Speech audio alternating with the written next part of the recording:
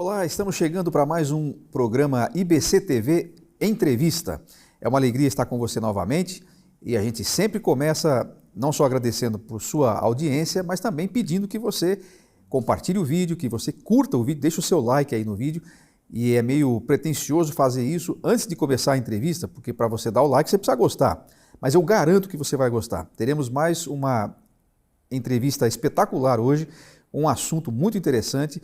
Eu já vou apresentar a nossa entrevistada de hoje. Mas antes de fazer isso, eu quero também agradecer muito a nossa equipe de produção que tem tornado possível fazer com tanta qualidade chegar até você essa entrevista. O Eduardo, o Maneco, o Guilherme, muito obrigado a essa equipe espetacular que está sempre fazendo aí o trabalho de bastidores para que chegue numa qualidade excelente como tem sido. Eu estou aqui hoje para conversar com a professora Ruth Saviano Almeida. Eu vou precisar ler o currículo porque é um currículo vasto. É uma alegria a gente estar com ela aqui. A professora Ruth é casada com o João Ubiratã, tem 3 filhos, é licenciada em Estudos Sociais, bacharel em Teologia, com especialização em Educação Cristã, pós-graduada em História do Cristianismo, mestre em Teologia, com concentração em História Eclesiástica.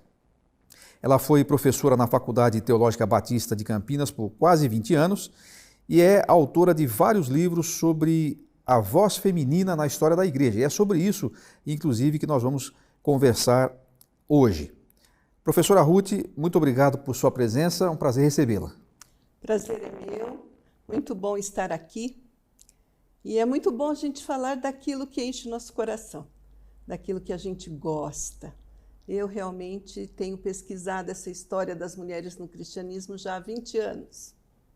E estou produzindo aos poucos alguns livros. Agora completei todas as eras, todas as idades, desde a igreja primitiva e vou até o protestantismo brasileiro. Então eu gosto muito, quando eu posso, quando eu tenho oportunidade de falar disso, porque eu quero trazer à memória a história dessas mulheres que fizeram história. Bom, antes de falar um pouquinho dos seus livros, aliás, nós queremos falar bastante sobre seus livros, eu queria perguntar o que levou a senhora a se interessar por essa área? Por que despertou na senhora ou escrever sobre as vozes femininas na história da igreja? Então, eu lecionei 20 anos, quase, na Faculdade Teológica Batista de Campinas. E uma das últimas matérias que eu lecionei foi História do Cristianismo. Uma vez eu estava preparando uma aula sobre os reformadores, sobre Calvino, e eu descobri uma rainha que deu abrigo a Calvino, a rainha Margarida de Navarra. Eu fiquei assim encantada com a história dela e eu falei, puxa, descobri uma mulher, porque até então eu não tinha parado para pensar nas mulheres. O currículo é grande, o conteúdo programático é denso, o livro-texto não contempla a história das mulheres, e para mim isso era natural. Interessante que eu digo que a ficha caiu para mim há 1 ano atrás, quando uma seminarista me falou, eu nunca aprendi na história do cristianismo sobre nenhuma mulher. E eu me toquei que eu nunca ensinei na história do cristianismo a história de uma mulher. E aquilo até me entristeceu. Eu falei, como assim? Aí eu fui me dando desculpas. Os livros não falavam delas, os livros textos, o conteúdo programático não falava delas. Então, eu simplesmente obedeci. Mas era uma coisa tão natural lecionar, falar de grandes homens, de reformadores, de papas, de reis, imperadores, e não citar mulheres. Agora, isso é coisa recente, acho que final do século XIX, mas século XX, está aparecendo essa nova história que contempla a história das mulheres. A senhora atribui alguma razão, nessa sua pesquisa, a senhora atribui a alguma razão específica o fato das mulheres não estarem no currículo? O que aconteceu na sua pesquisa? Isso foi até o problema na minha dissertação de mestrado. Eu fui fazer o mestrado querendo aprender mais sobre a Margarida de Navarra. Então, eu tinha uma voz feminina na reforma, ou a participação da mulher na reforma já na minha cabeça. E eu lancei a dúvida, por quê não se falou sobre mulheres? Minhas duas respostas eram, não era importante, não era relevante falar sobre elas, ou elas não se interessavam por teologia, elas não se interessavam por nada da Bíblia. Será que elas nunca se interessaram? E eu comecei a pensar, gente, as mulheres que serviram a Jesus com seus bens, as mulheres que estavam ao pé da cruz, que foram testemunhas da sua ressurreição. As primeiras testemunhas, inclusive, né? As primeiras testemunhas, como de repente elas cruzaram os braços e não quiseram mais saber? Não pode ser, tem coisa errada. Então comecei a pesquisar essa época da Reforma e descubro um grande número de mulheres valorosas, escritoras, panfletistas, humanitárias, na ação social envolvidas, que escreveram cartas, poesias, livros. Falei, sim, elas fizeram, elas participaram, mas não era relevante falar sobre elas. E quando a gente estiver falando correr um pouquinho nas épocas, a gente vai entender o porquê. Por que não era relevante falar? Olha, eu já estou curioso para ouvir essa história melhor, e eu tenho certeza que você que nos assiste também. Então fica atento aí e não se esqueça de dar o seu like aqui no vídeo e também de compartilhar o vídeo para que mais pessoas fiquem sabendo. Eu quero propor que a gente fale um pouquinho sobre os seus livros, mas conforme a gente for falando, porque os seus livros têm períodos específicos aí, né?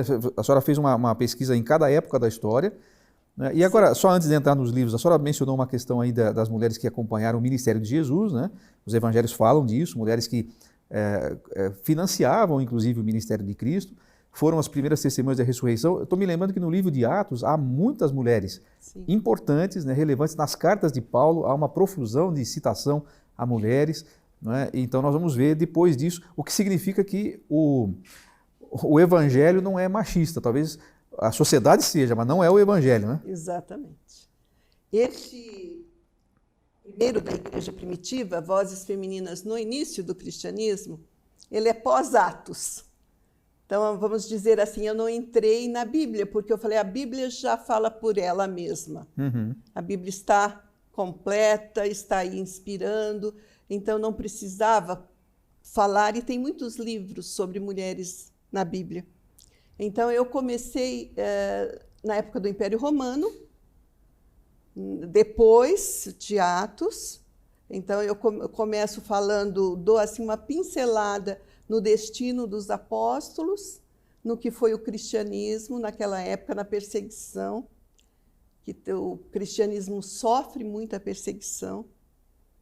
E é assim, apaixonante essa história do início do cristianismo, porque a gente pode contemplar cristãos verdadeiros, cristãos que são cidadãos dos céus.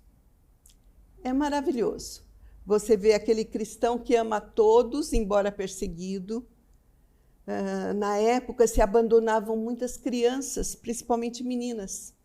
O ideal era filho único e menino. Então, muitas meninas eram jogadas nos lixões. E os cristãos pegavam essas meninas e cuidavam delas. Então, um povo que amava, que repartia seus bens. À época era normal separações. Brincava-se que a mulher trocava de marido, assim como trocava de roupa. E o que a gente percebe? A gente vai perceber, nesta época, que os cristãos estão agindo sempre na contramão, sempre de uma forma diferente. O que eles fazem? Eles dizem assim, nós temos um casamento único, um casamento em que nós dividimos entre todos nós a mesa é comum, o comer, o partilhar o pão, mas não a cama. Então, eles falavam da fidelidade à esposa, da bênção que era ter mais filhos. Isso já na contramão da cultura vigente, da cultura, né? da época. Uhum. Porque aquela cultura de Império Romano que a gente vê nos filmes, que é o comamos e bebamos, porque amanhã morreremos. É por aí, né? Uhum. E era um povo muito voltado ao prazer. Então, eu não gosto dessa mulher, eu troco de mulher. Agora, a gente fala hoje em dia que é difícil criar filhos, que é difícil educar uma família e tal.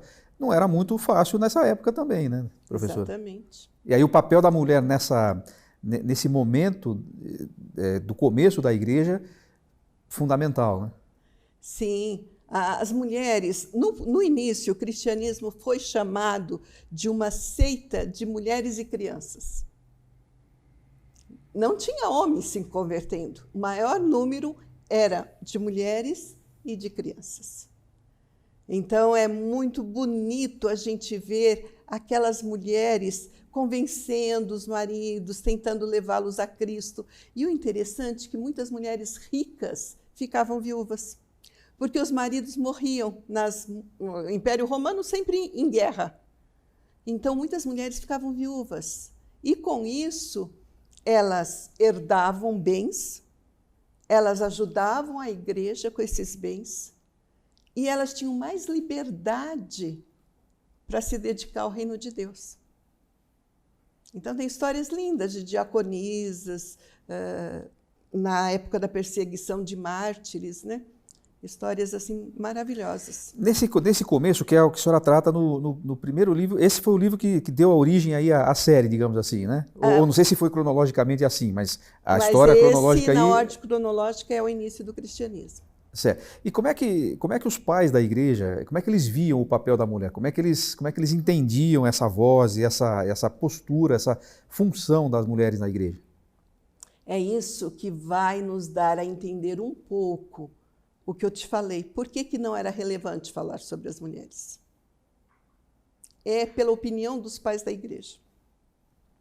Você disse, o evangelho ele não discriminou a mulher, Jesus não discriminou. Jesus conversou com a mulher samaritana. Jesus ele fala daquela mulher que ungiu, que aquela história tinha que ser contada para o mundo todo, daquilo que ela fez. Mas os cristãos que vêm depois, os pais da igreja, começam a associar a mulher a Eva. Aí que a coisa pega. Porque eles dizem, a mulher é a porta do inferno.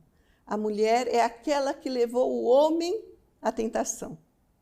Então, a mulher é fraca espiritualmente, ela é inferior intelectualmente, fisicamente também. Então, eles colocaram a mulher lá embaixo. A mulher não tinha valor. A mulher romana, ela não tinha sequer uma identidade. Não sei se você percebe, Marcos, o monte de nomes que temos até hoje é derivados de nomes masculinos. Antônia, Cláudia, Paula. Esses nomes no Império Romano, as mulheres herdavam dos pais.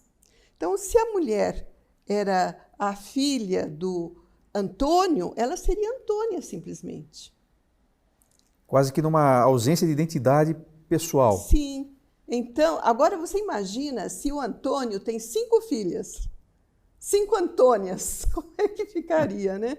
Então, nós temos aí a Antônia I, a Antônia II, a terceira, e às vezes na família já tem uma avó chamada Antônia. Como é que fica essa nomeação, essa denominação dos nomes? Então, nós temos, por exemplo, no livro eu falo de uma Melânia, a anciã, que é a avó, e Melânia, a jovem, que é a neta. Dá para perceber que não há a identidade da mulher. Ela é ela recebe o nome do pai, da família, né? Agora, nessa pesquisa que o livro traz, e que a história tá aí para mostrar, né? Então, há essa percepção, fica claro, quando você vai analisar a história, fica claro que as mulheres tiveram sempre um protagonismo silencioso, não sei se é uma maneira correta de descrever isso, mas porque elas estavam lá e estavam fazendo um papel, como fazem até hoje, né, de quase que às vezes de resistência, né, mas só que não apareciam porque não tinham voz. Exatamente. É o que a gente fala do trabalho de bastidores. As mulheres continuam, elas nunca pararam. E lá, elas realmente elas foram influenciadoras para a família se converter.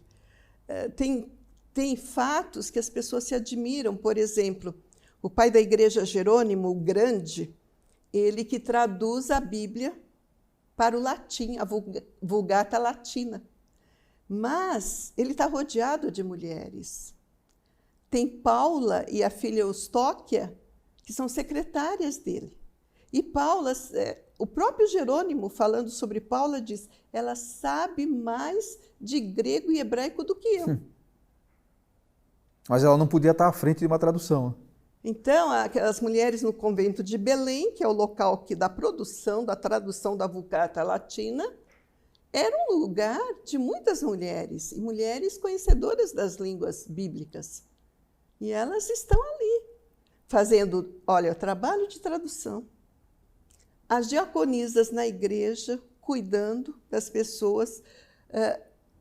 Tem diaconisas ricas. Em Constantinopla nós temos uma Olímpia, que ela sustentava a igreja, sustentava pais da igreja, bispos, fazendo o trabalho de professoras, de amas do deserto, fundando mosteiros. Então, nesse começo, elas estão envolvidas. E eu volto à questão do martírio, porque para mim é um ponto assim muito, apesar de triste, muito lindo, que mostra a convicção de uma cristã. A Perpétua. Perpétua é uma Marte, que eu destaco, sabe por quê? Porque ela era, a gente fala hoje, falava, né? Acho que hoje não se usa muito essa expressão, catecúmena, neófita na fé, nova na fé. Então, o imperador Décio tinha proibido a conversão ao cristianismo. E Perpétua, uma jovem recém-casada, tinha acabado de ter seu nenê, ela se converte. Na época da proibição. E ela é presa. Ela é presa, ela amamenta o filho na prisão, o pai dela leva o filho, e o pai insiste muito com Perpétua para renegar a fé. Pensa no teu filhinho, pensa em mim, na tua mãe, que já somos de idade. Renega essa fé. Aí ela aponta assim um vaso e fala: pai, está vendo esse vaso? Eu posso dizer que esse vaso é uma mesa, que esse vaso é uma cadeira? Não. O pai mesmo fala: não, é um vaso. Então, eu sou cristã. Eu não posso ser outra coisa a não ser cristã. Eu sou cristã. Então, eu acho um testemunho muito firme. E ela não renega, e ela vai para o martírio com uma confiança. Ela quer se arrumar, porque ela diz: eu sou a noiva de Cristo. Eu preciso estar bonita. Tipicamente uma mulher. Mas com uma convicção inabalável. Uma convicção grande, é muito lindo isso. E ela diz assim: eu vou para o martírio, mas é o dia mais feliz da minha vida, porque eu vou me encontrar com Jesus, eu vou me encontrar com meu Senhor. Então ela vai naquela alegria, ela é jogada às feras, mas ela não morre. Depois ela vai para o gladiador, porque quem era jogado às feras, que já estava mais morto do que vivo, os gladiadores mais novos eram colocados para matar, né? Porque eles não tinham muita experiência. Mas Perpétua sofre com um gladiador inexperiente. Então ela pega a mão do gladiador, coloca na garganta dele e fala: ó, é aqui. Na garganta dela, né? E fala: é aqui. Então parece que aquela mulher tão valorosa só morreria quando ela fala: é agora. É agora. Olha, nós estamos chegando ao final do primeiro bloco. Passou muito depressa. A sua exposição é sempre muito professoral, os seus 20 anos de experiência ali, né? E o seu conteúdo também. Mas olha, a gente vai fazer esse breve intervalo e voltamos. Eu tenho certeza que você quer continuar nos assistindo, para continuar ouvindo aqui. Nós vamos depois para uma outra fase. É uma aula de história hoje aqui, focada na voz feminina. Daqui a pouco a gente está de volta.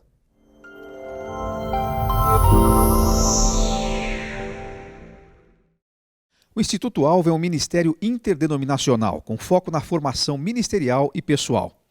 Nós auxiliamos pessoas e igrejas a identificarem seus dons e talentos e a aprenderem a usá-los de forma eficiente para o seu crescimento. Nossa visão é desenvolver pessoas integralmente, porque a gente acredita que a vida é uma só, ela tem uma integralidade. No alvo, a gente não divide a vida em material e espiritual, porque para um cristão é tudo uma coisa só. Por isso desenvolvemos um currículo variado e prático para ajudar você a encontrar seu lugar no corpo de Cristo, como também na vida profissional e na sociedade. Nosso portfólio compreende 6 módulos com opção de cursos presenciais e online. Temos também uma linha completa de material para evangelismo, discipulado e estudo bíblico. São soluções completas para um desenvolvimento bíblico e saudável de sua igreja em todos os aspectos. Saiba mais acessando nosso site institutoalvo.com.br. Siga também as nossas mídias sociais: YouTube, Instituto Alvo, Facebook, Alvo Equipando e no Instagram, @instituto_alvo. Instituto Alvo, equipando para a vida e ministério.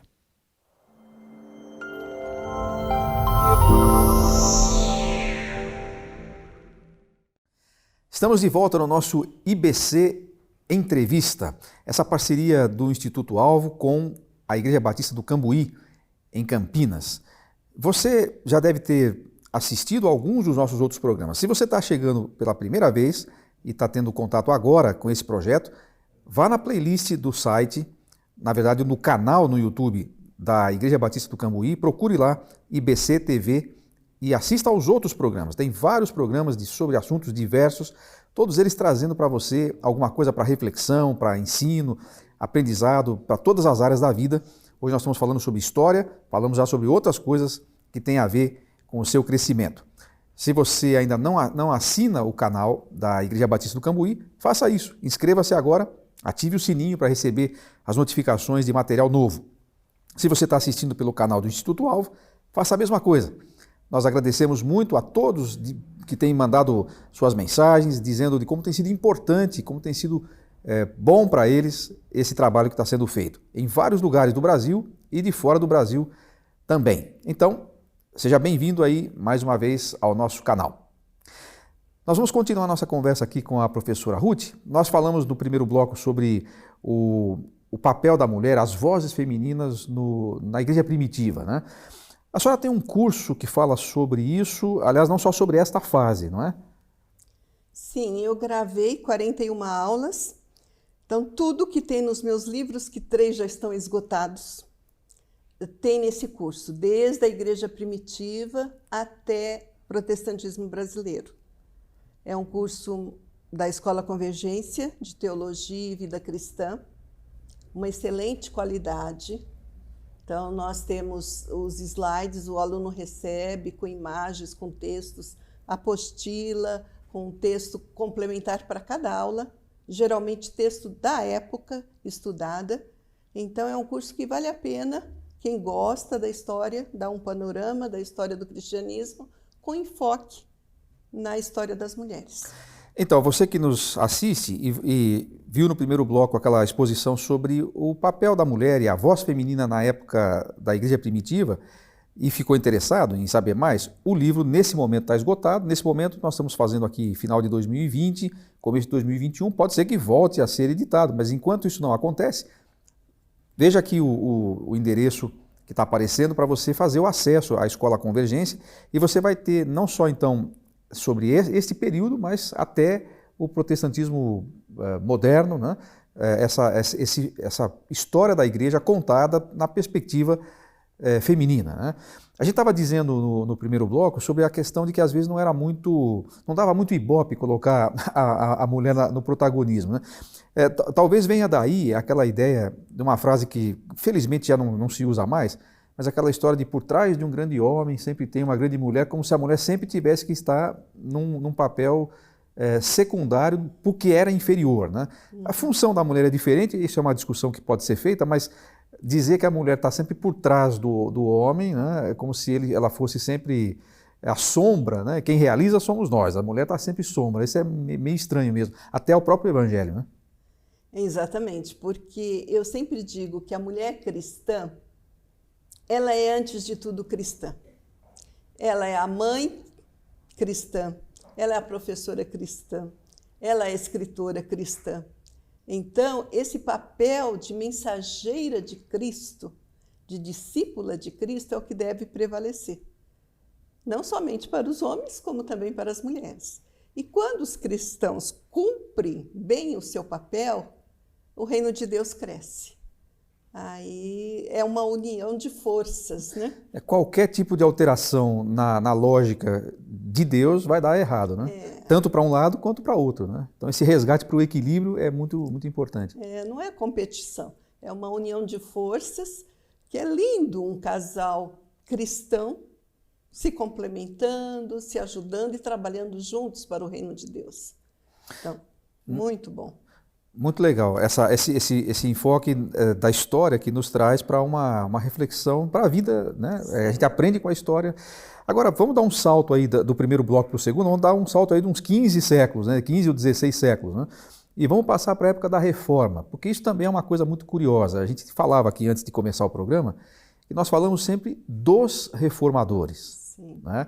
Mas a mulher também não estava interessada na Bíblia, não estava interessada em evangelho. Como é que era? Na época da Reforma não tinha mulher? Como é que era esse negócio? É interessante que eu citei Perpétua e falei que ela era neófita, então uma jovem, recém-casada, com um filhinho recém-nascido e se torna cristã. E se torna cristã. E se torna cristã verdadeiramente. E vai ao martírio.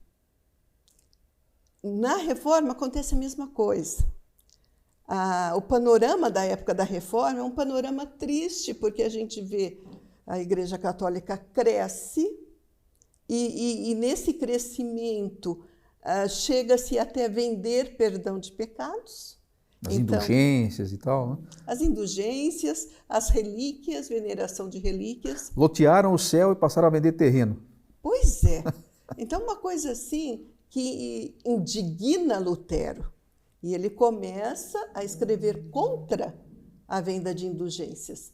E nisso, os escritos de Lutero começam a ser publicados. É a época do Renascimento, é a época também da invenção da imprensa, que isso ajuda demais. O primeiro livro é a Bíblia.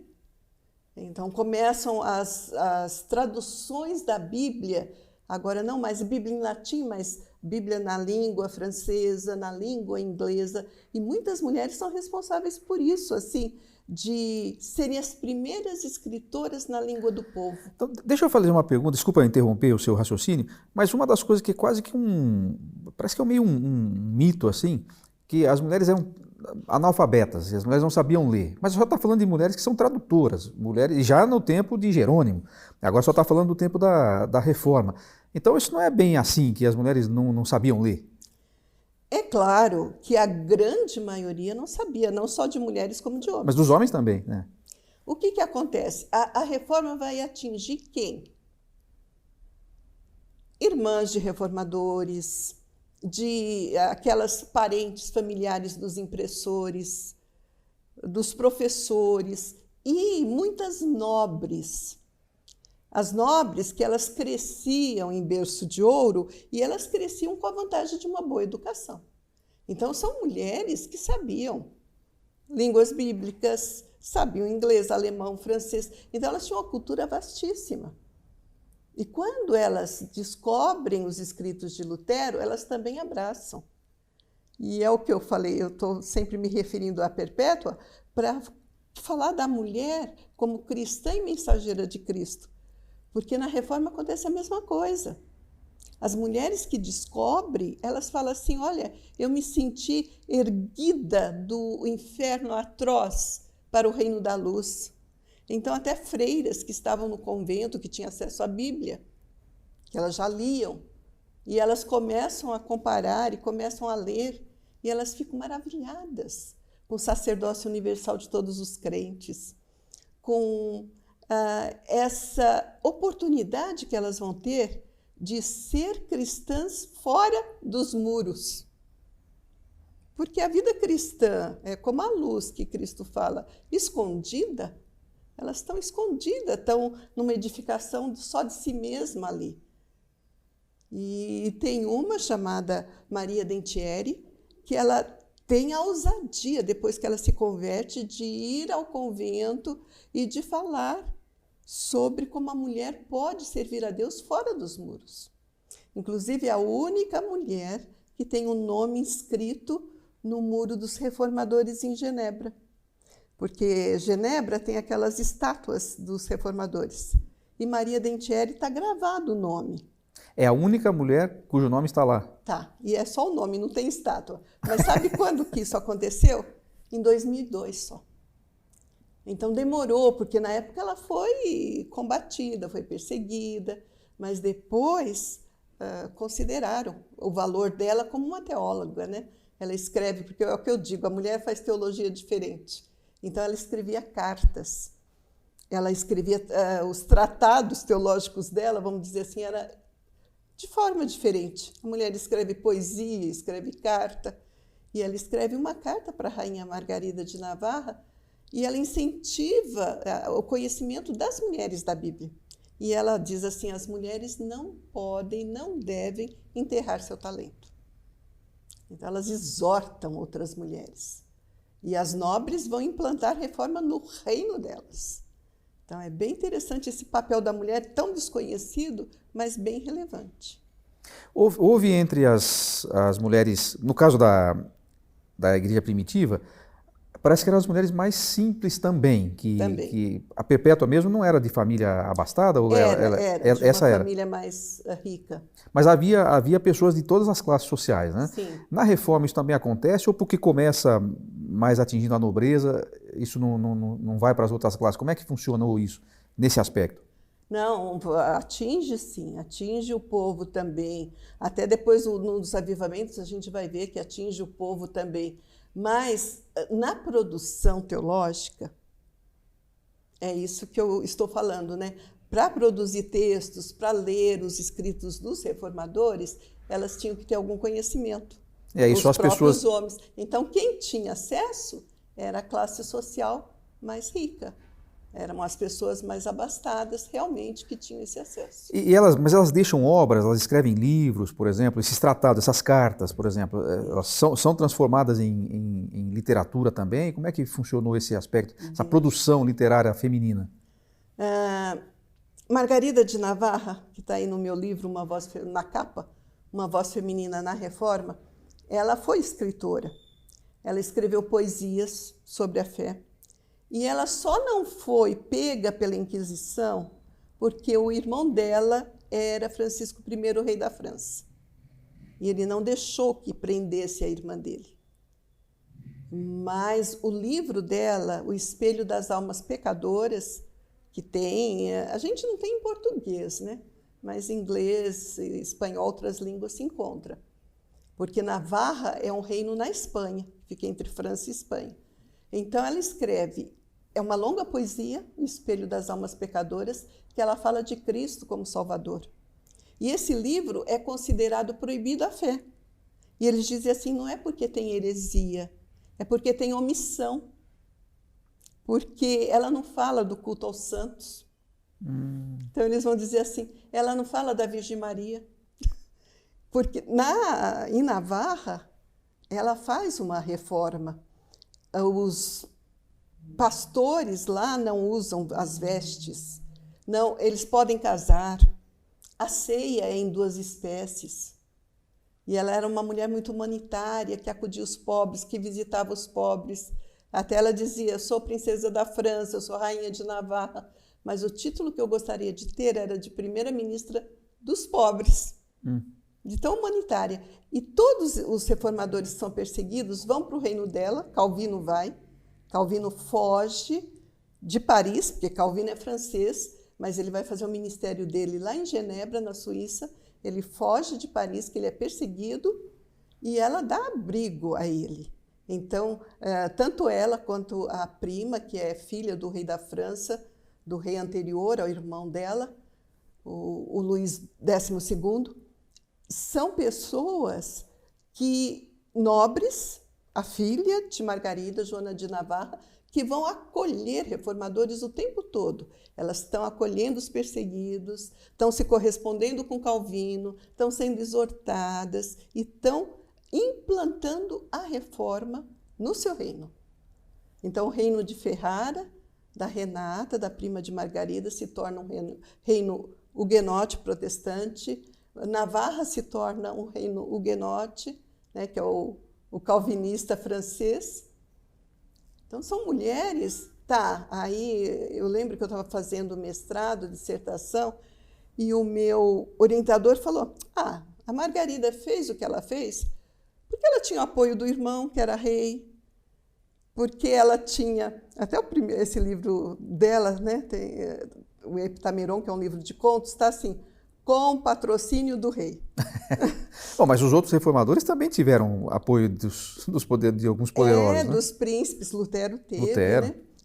Dos príncipes eleitores. Mas o que acontece? Eu respondi para ele, sim, ela teve apoio, mas quantas mulheres foram muito mais do que ela? Nós temos uma Maria de Médicis, que vai governar a França depois, e é ruim, é a morte lá da noite de São Bartolomeu, aquela multidão de huguenotes que são mortos.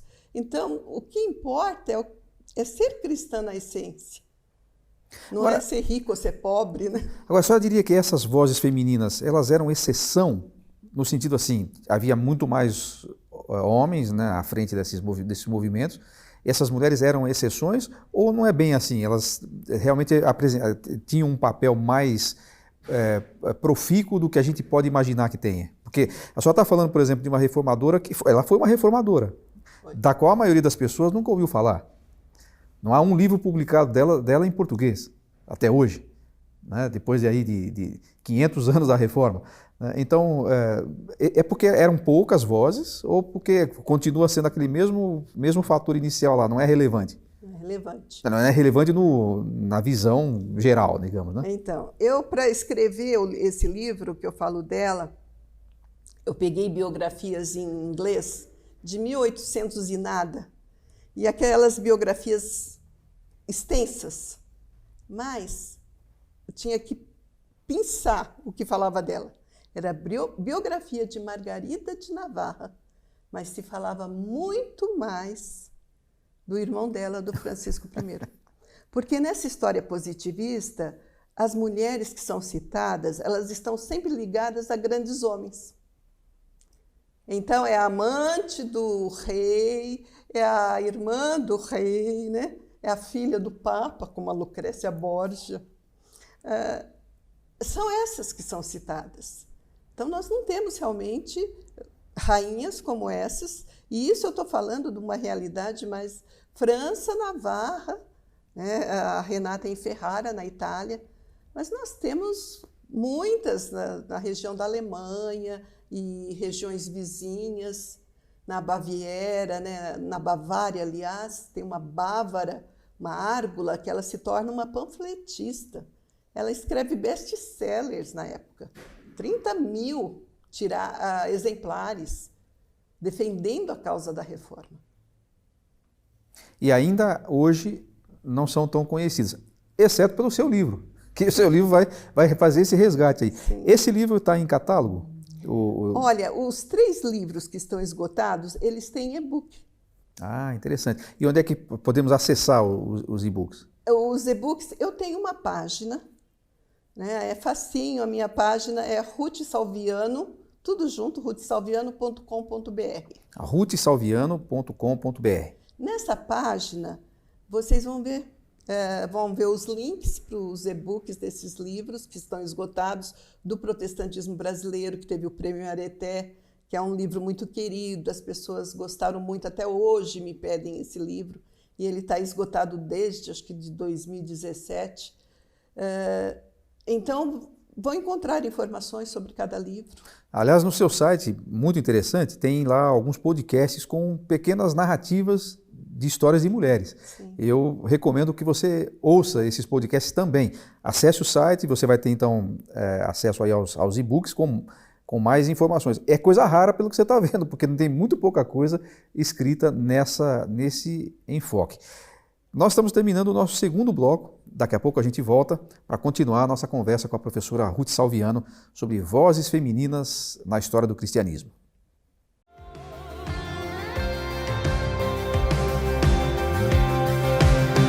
Eu sou mulher. Te agradeço, mulher, por ser corajosa, unir quando for preciso e corrigir ensinando com amor. Te agradeço, mulher, por ser esposa, dona de casa e exemplo de cristã. Te agradeço, mulher, por ser profissional, comprometida e fiel à palavra de Deus. Te agradeço, mulher que sorri, mesmo querendo chorar, e se alegra mesmo estando triste, e se ajoelha mesmo estando frágil. Te agradeço, mulher, por ser mãe, protetora e que ora sem cessar pelos seus filhos. Agradeço, mulher que ora, agradeço, mulher que espera, agradeço, mulher que confia. Sim, somos todas mulheres. Parabéns, Dia das Mulheres.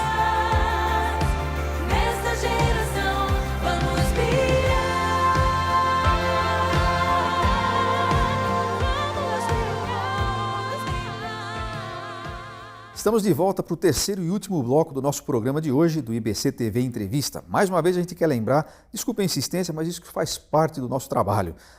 Inscreva-se no canal da Igreja Batista do Cambuí e também no canal do Instituto UAU. Assine e ative o sininho para receber as notificações dos novos programas que a gente colocar no ar.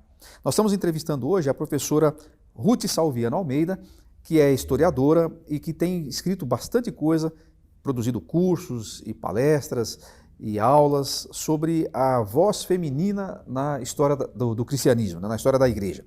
Seu último livro, eu quero focar esse último bloco nesse livro, seu último livro é Vozes Femininas nos Avivamentos. Eu disse para a senhora que eu ganhei o meu dia e ganhei as minhas férias, porque a senhora me passou tão bondosamente aqui este exemplar, Vozes Femininas nos Avivamentos, pela editora Ultimato. E esse particularmente me interessa muito porque essa fase dos avivamentos, final do século XVIII, início do século XIX, final do século XVIII, XIX, final e XX principalmente, né, começo do XX. Essa é a fase da igreja, da história da igreja que eu mais me encanto com ela, né? E a senhora escreveu um livro assim espetacular, eu não li o livro ainda, mas estou falando que é espetacular pelas folheadas rápidas que eu dei aqui, falando sobre mulheres importantes desse tempo. Eu acho que a mais conhecida, por causa dos metodistas, é a Susanna Wesley, que a senhora vai citar aqui certamente. Fanny Crosby, compositora profícua, a senhora disse mais de 900 hinos que ela compôs e tal, mas tem mais. Né? Tem mais. Pelo tamanho do livro aqui, já dá para ver que não são só essas duas, né? Exatamente. Então, vamos falar um pouquinho, a senhora sempre situa aí a época, né? O que está acontecendo aí na igreja nessa época aí dos tais avivamentos? A gente sempre começa falando época triste, porque a história ela tem os altos e baixos, né? A gente vê Império Romano, uma época de depravação moral, e chega o cristianismo. Então, o alto, o crescimento do cristianismo. Idade Média, aquele baixo, reforma, o alto. E agora nós estamos no baixo de novo. A sociedade está voltada para a imoralidade. Então, as pessoas, era comum mulheres com segundo marido e com o consentimento do primeiro marido, porque não era de bom tom demonstrar ciúme, não era civilizado. Então, nós temos uma sociedade que está embriagada, tem o mal da embriaguez, uma sociedade que se vicia nos jogos, e tudo isso vai corrompendo e os princípios, os valores vão ficando para baixo. Falando na igreja, é a época do deísmo, do racionalismo. Isto vai fazer com que a igreja se esfrie. Outra coisa que não é de bom tom é o homem dizer que é religioso. Ninguém bate no peito e fala, eu sou cristão, eu sou anglicano, não. Eu sou um luterano, não. Nós vemos as pessoas se orgulhando de não ter qualquer religião.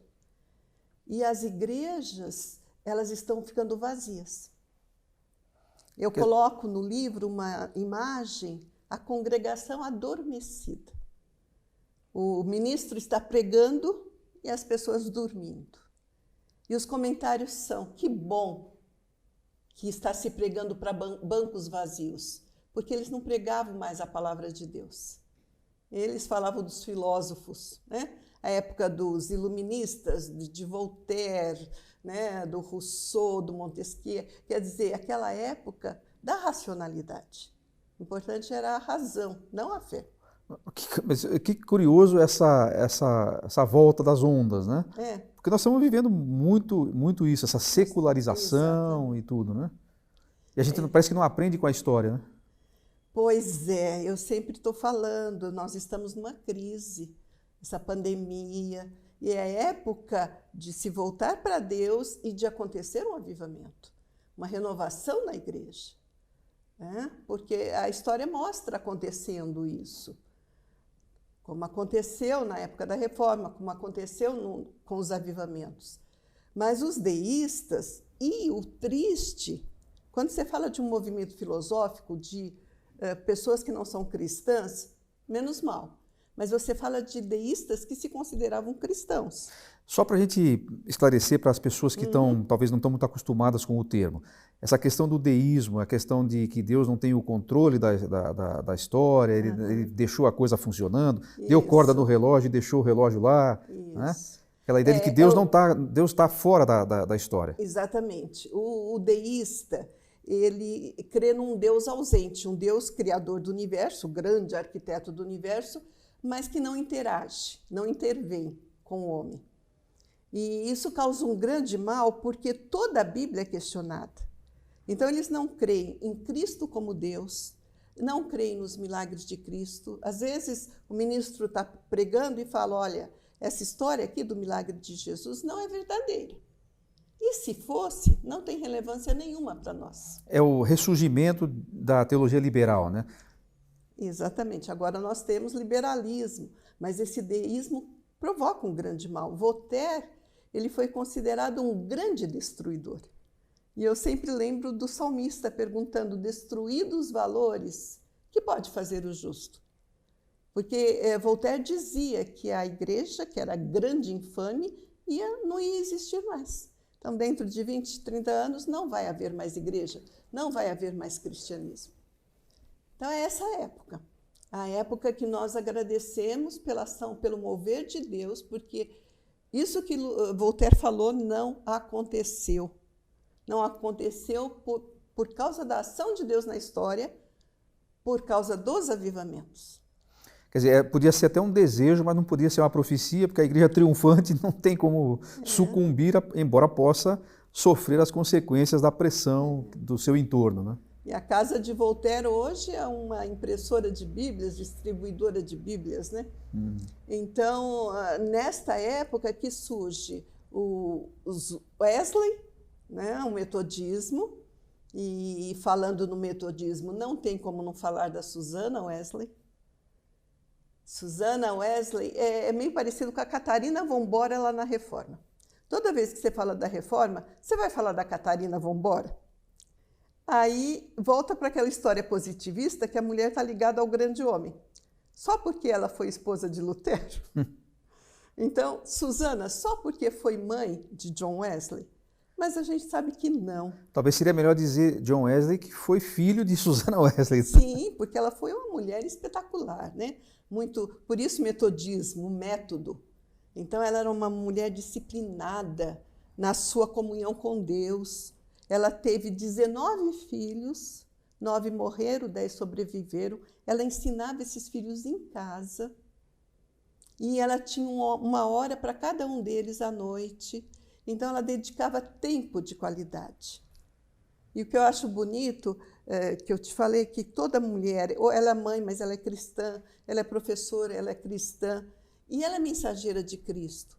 A Susana foi mãe atarefada, professora dos filhos, mas quando o marido não estava na paróquia, ela dirigia as reuniões. O marido de Susana era pastor, o marido de Susana Wesley. Nessa época, na Inglaterra, tinha-se as paróquias, né, que era uma comunidade, como se fosse um bairro, alguma coisa assim de hoje. E quem liderava era o ministro daquela paróquia. Então, Samuel Wesley era o ministro, mas Samuel Wesley, ele às vezes fazia dívidas, ficava devendo, e nessa oportunidade ele foi preso, ficou muito tempo fora, e Susana assumiu. Ela começa a pregar, a ensinar os filhos, os empregados em casa, os paroquianos querem assistir também, eles vêm, mas quando Samuel descobre, ele fica muito bravo. Ele fala, tá acontecendo um conventículo na minha casa. Mas ele estava preso? Mas ele fica bravo, porque ele diz, quem está pregando é uma mulher, e essa mulher é minha esposa. E ela dá uma resposta para ele, ela fala assim, como mãe de uma grande família, esposa do ministro dessa paróquia, eu sou responsável por cada alma e Deus vai me pedir contas. O que eu vou dizer a Deus no julgamento? Eu não posso, e ela não para. E aquilo começa, ela fala, olha, tinha 30 pessoas que vinham nas reuniões, agora vem muito mais, vem 200 pessoas, então aquilo está crescendo. E aí, depois, quando ele retoma, claro que ele volta a fazer os cultos, mas ela toma a frente e ela dirige. Então, são mulheres assim... Agora, nos Estados Unidos também teve algumas vozes expoentes aí, né? Algumas vozes femininas, né? O livro eu vou falar de Inglaterra, esse início do metodismo, Estados Unidos, o segundo grande avivamento, que as mulheres vão percorrer o país como pregadoras itinerantes. Por quê? Eu falei a maravilha do avivamento. Mensagem simples, Bíblia aberta. Deus te ama, Cristo morreu por você, aceita. E as pessoas aceitavam e as vidas eram transformadas. Somente isso. Pregação da palavra que não se pregava mais. Então, multidões, começam os cultos ao ar livre, Wesley, Whitefield pregando ao ar livre, muitos se convertendo, faltam pregadores. Aí se consente, se permite que as mulheres preguem. E elas percorrem o país pregando, muitas mulheres. Agora, além dessa questão do ensino da palavra, da anunciação da palavra, muitas delas se envolveram em causas sociais também, associadas à pregação do Evangelho. Eu acho que isso, eu não sei se está certa a minha colocação aí, mas me parece que eles não dissociavam a pregação do Evangelho dessas causas sociais, né? Sim. E nos Estados Unidos, nós temos uma união de mulheres cristãs pela temperança. É praticamente a primeira união de mulheres e se torna mundial e faz um trabalho maravilhoso, porque essas mulheres iam aos bares, aos salões e pregavam para o proprietário para que ele se arrependesse e parasse de vender bebida alcoólica. Estava destruindo os lares. Aquela embriaguez que a senhora falou no começo, lá, como parte do momento, a senhora está falando de embriaguez literal, né? Era pessoas entregando-se ao vício do álcool e tudo. Exatamente. Então essas mulheres estão fazendo aí uma espécie de um movimento anti... É um avivamento que elas estão fazendo, mas focando o comércio de bebidas alcoólicas. E muitos desses comerciantes se rendem, derramam a bebida e elas choram, porque elas chegam em frente do bar, elas cantam, elas oram. Se o comerciante permite, elas entram e falam ali dentro. Senão, elas ficam do lado de fora. E elas percorrem o país nesse movimento. E uma principal, que foi líder, ela chama Frances Willard. E a Frances Willard vai até o Congresso para começar que a mulher tivesse direito de votar. Isso que eu falo do feminismo. Feminista hoje, ela quer o seu próprio direito. É o meu corpo, é a minha experiência. A Frances Willard, ela lutava pelo bem coletivo. Então, ela falava, não é para o meu bem, mas eu vejo as crianças com as faces envelhecidas, porque época de Revolução Industrial, elas trabalhavam demais, aquela carga pesada. O pai bêbado que batia nas crianças, as mulheres espancadas pelos maridos. Então ela fala, as mulheres precisam votar e votar contra o comércio das bebidas alcoólicas. E ela luta muito por isso. Não consegue, isso só depois de alguns anos, né? Tem a lei seca. Mas ela desperta essa discussão. Mas ela faz um movimento, ela é uma líder feminina, ela não casa, fica solteira e faz esse movimento muito bonito. Agora é interessante porque isso é exatamente, pelo menos na forma como eu vejo, não sei como a senhora vê essa questão, mas isso para mim é o exato sentido da expressão voz profética. Porque a voz profética, no sentido do Velho Testamento, não era a denúncia social apenas, mas era mostrando como isso era, o que estava acontecendo, a mazela social era resultado de se afastar de Deus. Então a senhora está dizendo que essas mulheres estão falando exatamente isso. Não é simplesmente uma reforma moral. Nós estamos longe de Deus, precisamos voltar. Será por causa desse tipo de coisa? Eu li livros sobre o avivamento no país de Gales, por exemplo, que narram notícias nos jornais que tavernas estavam fechando por falta de clientes, as cadeias estavam vazias, e isso é coisa que saía noticiado. Né? Será que isso tem a ver com esses movimentos? É lindo o mover do Espírito Santo na transformação de vidas. Conta-se de pessoas que estão no salão, no bar, pegam o copo de bebida, estão erguendo o copo e devolvem, e não bebem. Conta-se de pessoas no trem, elas estão indo para casa, voltando do trabalho, elas veem pessoas reunidas, cantando hinos, elas descem do trem e vão para cantar junto, para louvar a Deus junto. Então é uma época muito linda, bem o que a Bíblia diz, o que roubava não rouba mais, né? Então aquela regeneração que vai acontecer, que mude também o avivalista que eu falo no livro, ele é um avivalista mais urbano, ele vai defender muito isto, né, a questão da transformação de vida, e que todos eles vão falar muito forte sobre essa questão da nova criatura, de ser novas criaturas. E mais uma vez, a presença feminina marcante, né? A senhora falou aí do Moody, né? Houve pessoas que compunham as canções que nós cantamos até hoje, inclusive, e que eram cantadas também nos encontros avivalistas e tal. Né? Entre elas, Fanny Crosby. Fanny Crosby, compositora cega. É um caso assim triste porque ela tinha, acho que só 1 mês de idade. Ela tem uma infecção nos olhos. Chamam o médico dela, da família, não está na cidade, vem um outro e ele receita cataplasma de mostarda quente e aplicam nos olhos e a menina fica cega. Mas ela diz, a perda da visão não foi perda nenhuma para mim, porque Deus me deu visão interior, Deus me deu olhos de fé. E com esse talento, esse dom, ela compôs. Ela compõe, salvo por Jesus Cristo, tenho perfeita paz. A comunhão com Ele, toda aflição desfaz. Ela canta que tem perfeita paz após o único filhinho que ela teve morrer enquanto dormia, o bebê no berço. Ela compõe essa letra e ela compõe aquele lindo que nós gostamos de cantar, que segurança sou de Jesus. Canta minha alma, canta ao Senhor.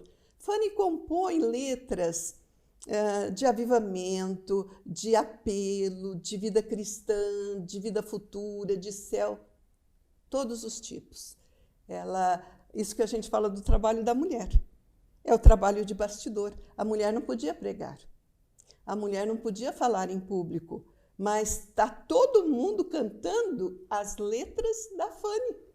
É a teologia da Fanny ali, em hinos, letras de hinos que vão sendo cantados e eram cantados mais, mas são cantados até hoje, né? Sim.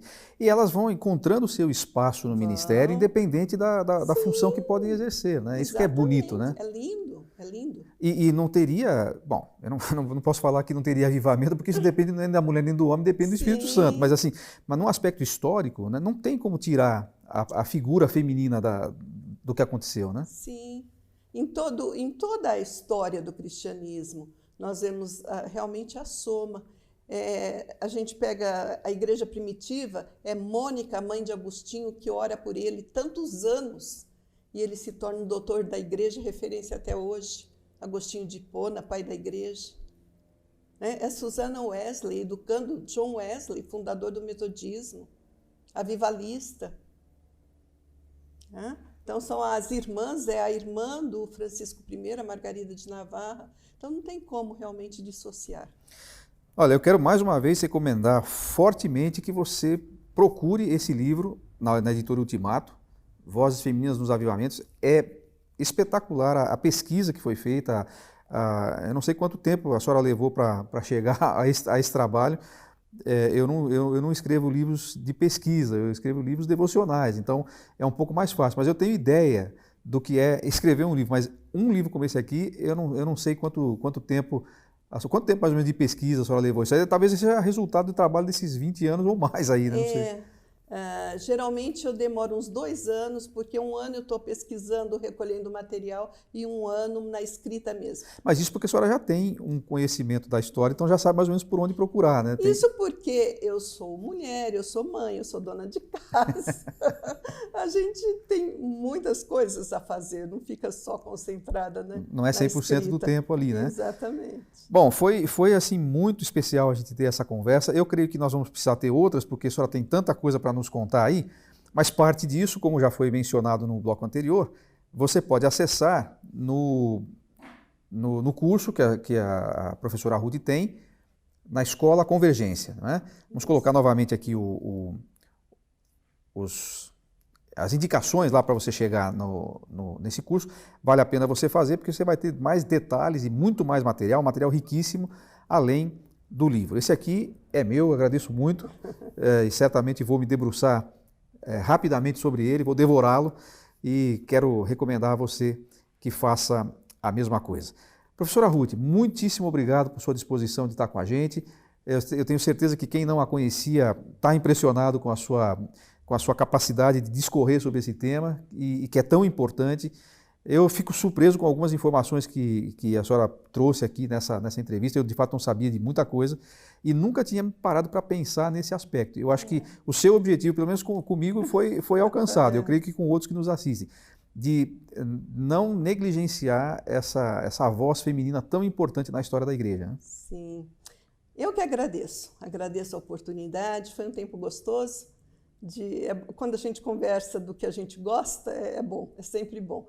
E que Deus abençoe cada um que está me ouvindo, cada um que pode ser um futuro leitor do que eu escrevo, para que essa história seja passada adiante.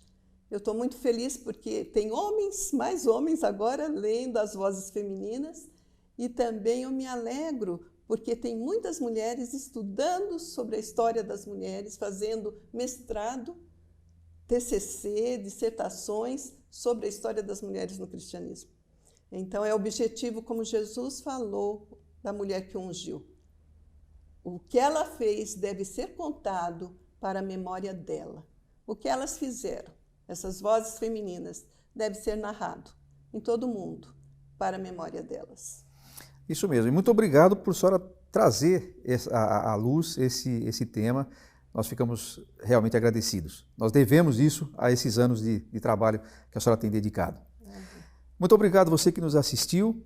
Mais uma vez a gente sugere que você dê o seu like. Agora você já sabe que valeu a pena. Eu disse lá no começo do programa, agora você sabe que valeu a pena.